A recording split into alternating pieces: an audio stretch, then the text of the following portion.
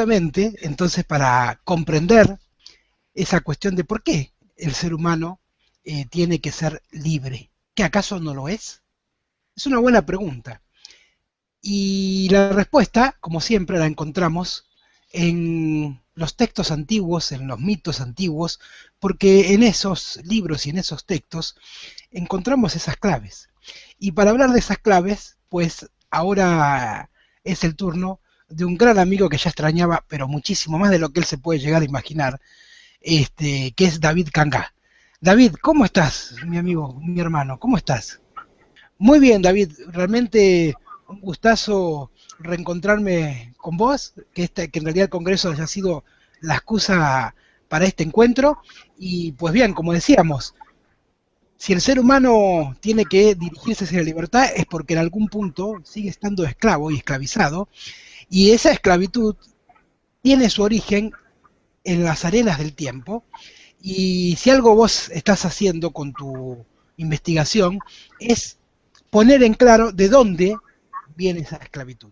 Y hoy casualmente de lo que nos vas a hablar es del origen justamente extraterrestre de las religiones abrámicas. Un tema que ya en el título mismo es más que apasionante. Así que bueno, David, no quiero interrumpirte y estos próximos 40 minutos pues a deleitarme y a deleitarnos con tu conferencia. Así que adelante, mi amigo, muchas gracias. Bueno, primero que todo, agradecerte, Cristian, por invitarme a ser parte de este ciclo de conferencias y bueno, espero aportar. Bueno, como les decía, agradeciéndote a ti, Cristian, que me has considerado para ser parte de este ciclo de conferencias y unas palabras. Las afirmaciones y postulados que yo manifieste no deben ser tomadas como la verdad absoluta, sino como el punto de vista de David Cangá, un simple espíritu inquieto. Todas las personas que nos aventuramos a formular teorías e hipótesis sobre eventos del pasado remoto, solamente damos una opinión, porque ninguno hemos sido testigos presenciales de esos eventos. Muchos consideran que respecto de esos temas, solo las opiniones de los expertos académicos son válidas. Es decir, las de los arqueólogos, los antropólogos, los paleoantropólogos, los asiriólogos, los egiptólogos y todos los ólogos son los únicos que pueden emitir opiniones válidas por sus antecedentes académicos. Yo considero que sí, que es muy válida la opinión de esos expertos, pero también estoy consciente que el simple hecho de ser parte de la academia no le confiere a alguien o algún grupo la categoría de única voz autorizada, básicamente por dos motivos. Uno, porque todos los seres humanos estamos condicionados por nuestros propios sesgos y el hecho de tener credenciales académicas no es una garantía del poder despojarlo de esos sesgos. Y segundo, que los académicos o la academia, en el mundo ortodoxo de la academia, está regido por leyes no escritas, pero sobreentendidas, que tienen que ver con el materialismo. La ciencia es materialista y el materialismo es ateo. Entonces, los científicos académicos están forzados en cierta medida a descartar la posibilidad de la relación de lo sobrenatural como explicación a algún fenómeno que se pretende estudiar, algún fenómeno o alguna realidad. Entonces, mi humilde punto de vista es que sí, debemos en la medida aprovechar todas las herramientas que nos brinda, que nos provee la academia. Pero si descartamos el elemento sobrenatural, paranormal, que atañe a todos estos eventos, nunca vamos a poder realmente llegar a desentrañar el origen o el inicio de estos fenómenos, básicamente. Ok. Um, Yo soy un espíritu inquieto, me apasionan algunos temas concernientes con lo que es llamado ufología u oniología. Sin embargo, como lo he dicho antes, no me considero ufólogo. He escrito un par de libros relacionados básicamente a la intervención de seres no humanos, a los que podemos decir supranaturales, extraterrestres de otras dimensiones, en los asuntos humanos y específicamente en la conformación de religiones. Eh, Dentro de las muchas en las que yo me he enfocado son las tres religiones abrámicas, a saber, el judaísmo, el cristianismo y el islam. En la intención de desentrañar este entramado, yo propongo que tomemos los hechos sólidos, los hechos objetivos e incontrovertibles como punto de partida, para de allí aventurarnos a tratar de desentrañar aquellos hechos que se van perdiendo en las profundidades del tiempo y que pueden explicar las realidades actuales, como saber cuál de las teorías e hipótesis sobre lo que pasó en el lejano pasado es la más acertada. No hay una respuesta para eso. Por eso en todo este mundo hay un mar de teorías. Lo que tiene que hacer el ser humano común y corriente es, mi consejo es, tratar de estar lo mejor informado posible y sacar sus propias conclusiones. Cada uno de nosotros tenemos la capacidad de llegar a nuestras propias conclusiones. Y mientras más informados estemos, es más probable que nos acerquemos a la verdad. Ahora, que lleguemos a conocer la verdad absoluta, quién sabe si eso sea posible. Pero bueno, yo lo que propongo es, a través de mis postulados, de mis teorías, herramientas para ver si podemos desentrañar esta realidad. A ver, desde que el mundo es mundo, el ser humano ha estado en conflicto con el ser humano. Esto a mí me lleva a pensar que en nuestra esencia está esta faceta conflictiva. Sin embargo, a través de la evolución del tiempo y de las sociedades, hemos aprendido a convivir en sociedad, lo cual no quita que aún tenemos en nuestro interior esta esencia, ¿no? La luz y la sombra, la combinación. Si al hecho de que tenemos esta faceta oscura, todos, le agregamos que vengan entidades y nos manipulen a través de la creación de escenarios en la cual nosotros vendríamos a cumplir un poco el papel de ratas de laboratorio, estamos perdidos. Yo creo que parte de eso es lo que ha pasado. Básicamente con esto, con religiones creadas por seres supranaturales a los que podemos llamar extraterrestres. Como voy a hablar de las tres religiones, me parece que lo más adecuado es empezar por la primera, que es el judaísmo, cómo apareció. Pero como el judaísmo tiene su origen, o básicamente el libro sagrado de los hebreos, en su origen, lo que representa es el eco de una tradición más antigua. Lo adecuado sería ir primero a esa tradición más antigua. Esa tradición más antigua que alimenta al menos los inicios de las escrituras hebreas son las fuentes mesopotámicas. Las tablillas de arcilla que han quedado como restos de las civilizaciones que habitaron en el territorio conocido en la antigüedad como Mesopotamia, en los contornos, en los alrededores de los ríos Tigris y Éufrates. Bien, entonces, Una de esas fuentes es el Atrahasis. En esa fuente, el Atrahasis, se describe que llegaron al planeta seres de otra parte del cosmos. No se dice de dónde vinieron, pero dice que llegaron. Estos seres conocidos, descritos ahí como los Anunnaki, los que del cielo a la tierra descendieron.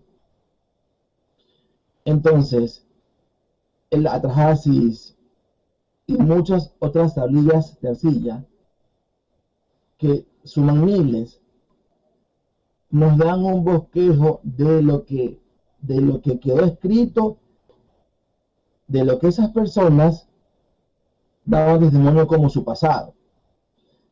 Los académicos ortodoxos afirman que sí, aunque eso como es un resto arqueológico, es una prueba que eso haya ocurrido de verdad, no se puede afirmar que ellos escribían eso, pero como leyendas.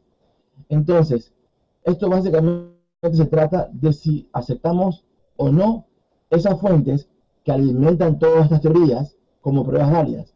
Yo asumo la postura de que sí, y en base a eso, y en base a los libros sagrados, complementados con fuentes apócrifas, es que armó mis hipótesis. Entonces, como punto de partida de ese estudio, de estas fuentes, llegamos a la conclusión de que el ser humano es una creación artificial de estas entidades.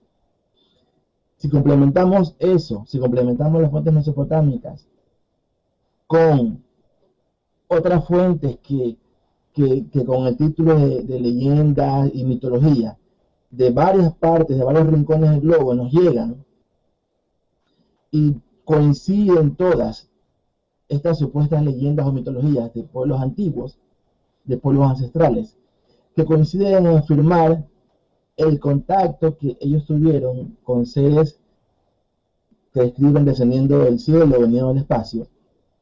Entonces, eso es para mí, a mi modo de ver, un trasfondo de realidad. Yo creo que sí, que nosotros como seres, como raza, somos la creación artificial de una raza superior, porque la vida, a mi modo de ver, y como hay científicos que también lo afirman, no puede haber aparecido por azar. Ahora, estos seres, ¿para qué nos crearon? Si nos restringimos exclusivamente a las fuentes mesopotámicas, esta es la historia. Estos seres vinieron al planeta para hacer trabajos de extracción de minerales, según lo que cuenta la Atrahasis. Había líderes y obreros. Empezó el trabajo, continuó el trabajo. En un momento los obreros, por lo pesado del trabajo, hicieron una huelga y dejaron de trabajar.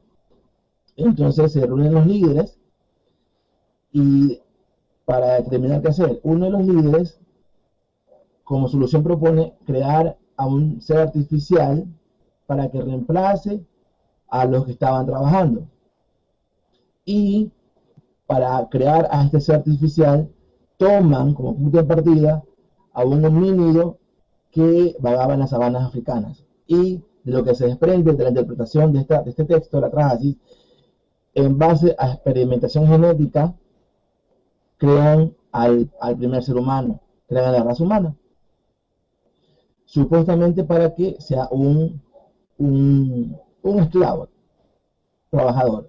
Pero qué cosa curiosa, que aunque aparentemente fue como trabajador, como esclavo, que el motivo que originó la creación de la raza humana, misteriosamente esos humanos aparecen rindiendo culto ritual a sus creadores. Esa parte no está explicada en el Atrahasis, solamente aparece. ¿Cómo aparece? Porque se cuenta que los humanos, bueno, los crearon, empezaron a trabajar, y en un momento de la historia dice que uno de los líderes, llamado Enlil, se empezó a quejar de la bulla que hacían, del ruido que hacían los humanos, y decidió disminuir la cantidad de humanos enviándole plagas. Entonces convoca a otro dios, el dios de las plagas, para que envíe plagas a los humanos, cause mortandad y disminuya el número de los humanos. Este Dios causa las plagas, empiezan a morir los humanos, y un ser humano llamado Atrahasis, y a partir de donde este documento toma el nombre, Atrahasis es contactado por otro Dios llamado Enki. Recordemos, Enlil manda las plagas y Enki convoca a un ser humano.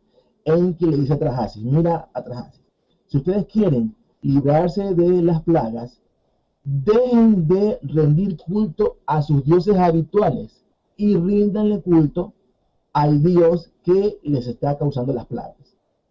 Entonces, en ese dejen de rendir culto a sus dioses habituales, es que yo detecto que había aparecido el culto. ¿Por qué? ¿Cómo? Eso no tiene sentido, pero el culto ritual es uno de los elementos claves que yo considero que tenemos que considerar, valga la redundancia, para poder desentrañar el entramado.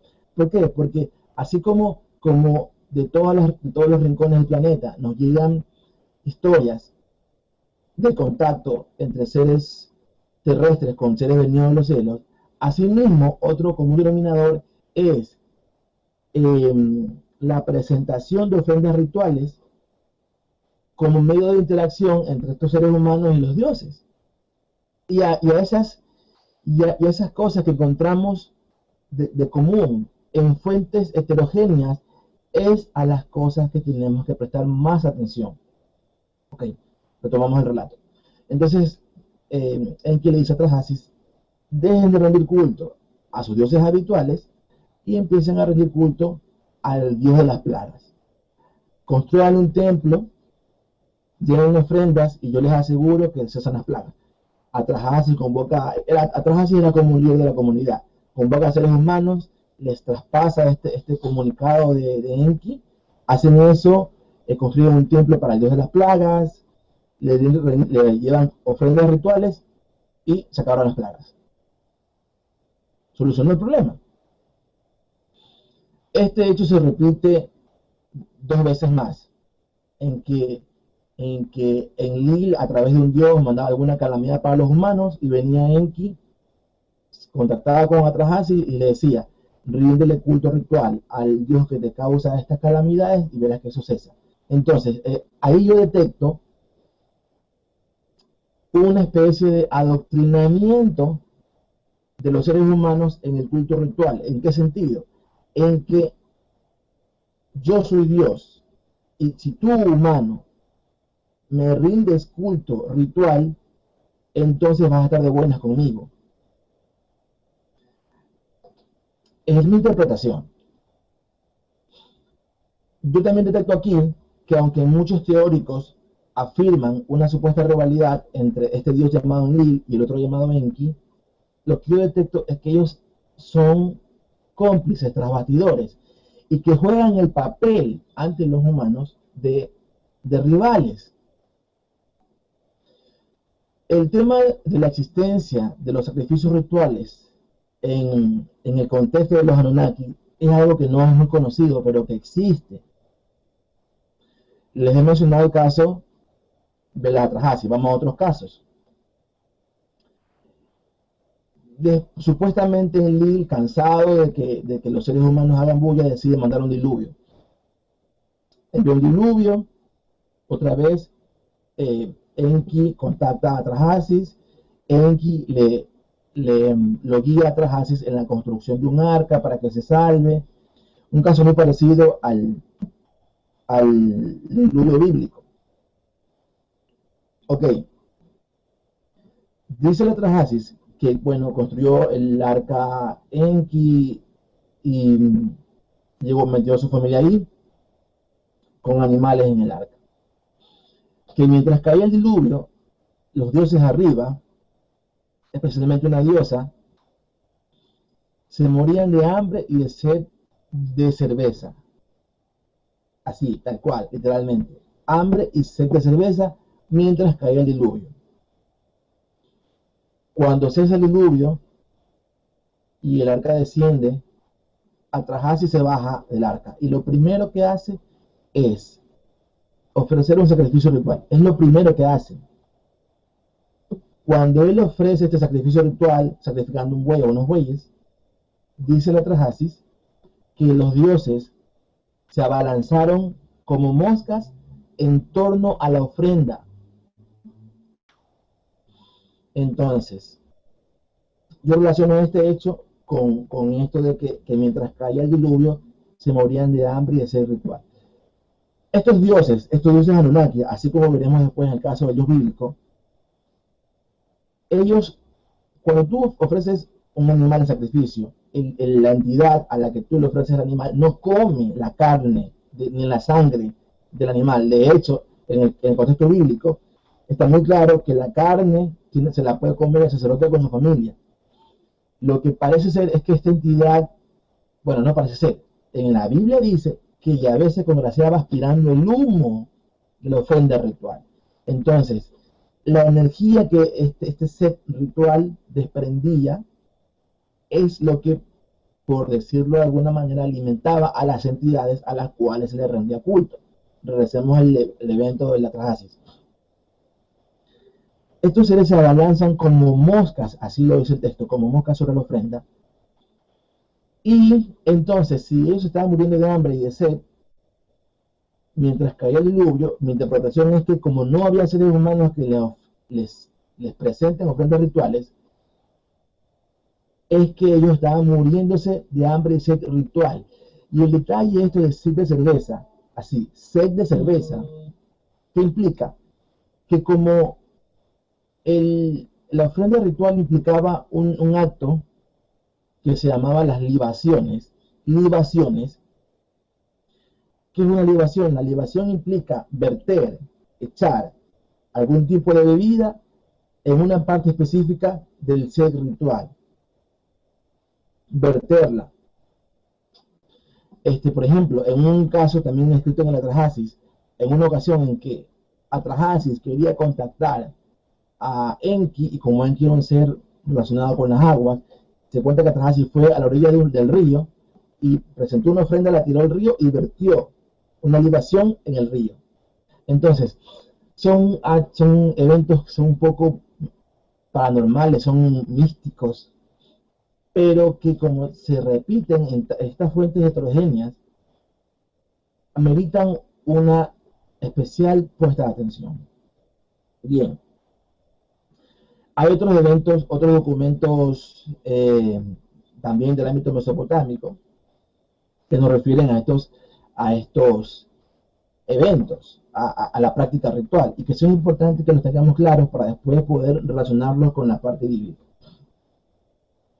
Hay una historia muy conocida, que es la epopeya de Gilgamesh. Ya. Según algunas fuentes, el padre de Gilgamesh se llamaba Lugalbanda. Hay una leyenda mesopotámica que se llama Lugalbanda en la cueva de la montaña. En inglés, Lugalbanda in the Mountain Cave. Ustedes pueden buscar en Google. Este dato no lo conocía cuando escribí el libro y por eso no lo puse en mi último libro, pero es importantísimo. Ah, no, sí lo puse en el libro, es verdad, perdón.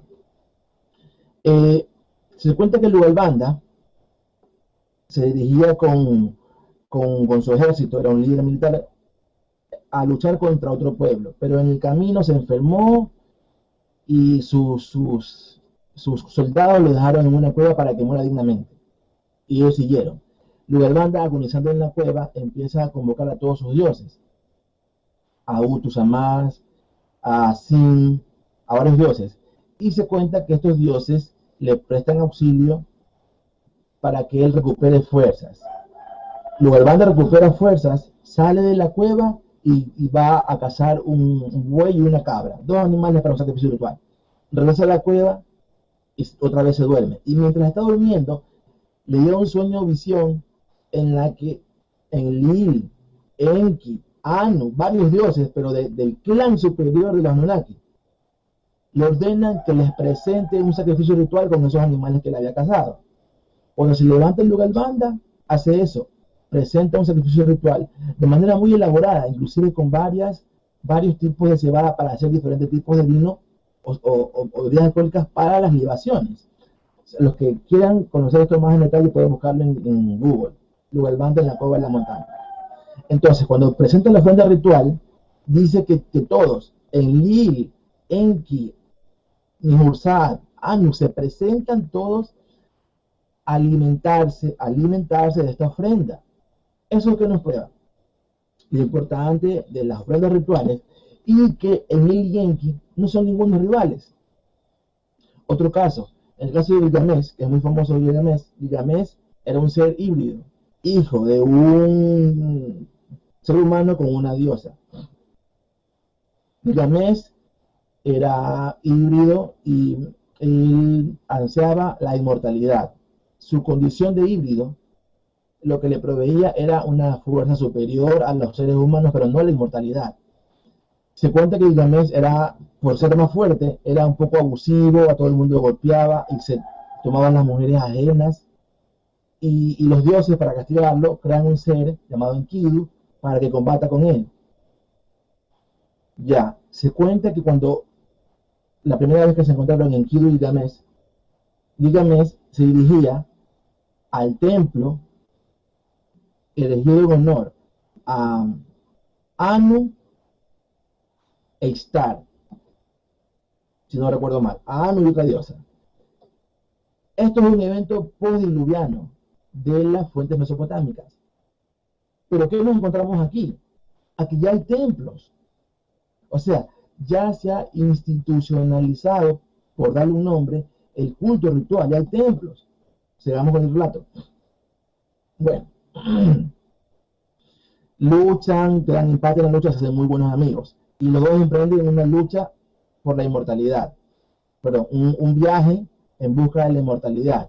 Iban ellos a buscar ¿a quién iban a buscar? A Atrahasis. A Atrahasis le había sido contra la inmortalidad por los dioses. Entonces, cuando Gilgamesh estaba a punto de emprender el viaje, su madre, una diosa, empezó un ritual con protección. En ese ritual, ella utiliza elementos muy similares, muy parecidos a los que después encontraremos en los sacerdotes hebreos. Un pectoral, una diadema especial, algunos elementos que inclusive en el libro, en la conspiración de la Ángel Gabriel, yo pongo en comparación un pasaje al lado del otro, de toda la vestimenta que usó la mamá de Gilgamesh para emprender este ritual de protección para su hijo, con cómo era la vestimenta de los sacerdotes hebreos. Asimismo, antes de empezar el viaje, Gilgamesh ofreció una ofrenda ritual a su dios guía. Entonces, esta es la parte de la historia concerniente a las fuentes mesopotámicas. Y he contado esto en detalle para que quede un poco claro la importancia del culto ritual en la interacción entre seres humanos y dioses. Ahora, extrapolando esto a la versión hebrea del origen de la historia, nos encontramos, bueno, que los seres humanos son creados supuestamente por este Dios, lo cual es a mi modo de ver interpretado como que sí, esa creación descrita en el Génesis es la creación, pero no la creación de la humanidad, como ahora afirma el cristianismo, sino la creación de la raza hebrea. El Génesis bíblico, el Génesis de las escrituras hebreas, es el origen, pero de la raza hebrea. Y bueno, entonces nos encontramos ahí que la creación y la interrelación entre seres humanos, complementando la información del Génesis bíblico con una fuente apócrifa conocida como el libro de los jubileos. Encontramos que desde el comienzo estos hebreos solamente se relacionaban con personas de su raza. Y en un punto de esta descendencia, se cuenta que los hijos de Dios vieron que las hijas de los hombres eran hermosas y según lo que dice el Génesis, descendieron y se emparentaron con ellas. Supuestamente, por este hecho es que la deidad se enfureció, pero si revisamos este mismo evento en otra fuente, que es el libro de Enoch, y que cuenta más a detalle este descenso de los ángeles, donde incluso describe el nombre de los ángeles que descendieron. Lo que nos cuenta ahí es que sí, que fue una infracción, una falta el hecho de que estos hijos de Dios, entiéndase los ángeles, mezclándose con las humanas, eh, fue una infracción, pero lo que en realidad enfureció a la deidad y a los arcángeles fue que no solamente que se vincularon con las humanas y tuvieron hijos con ellas, sino que estos ángeles infractores empezaron a revelar secretos a las humanas y sus hijos. Y en el libro de Enoch se describe lo que pasa supuestamente en el cielo de la deidad, los arcángeles, Gabriel, Rafael, acuden a la deidad a decirle, mira, ¿qué hacemos? Porque ellos están revelando secretos, lo que los humanos no pueden conocer. Bueno, entonces, supuestamente por eso habría ocurrido el diluvio, como castigo por eso. Pero,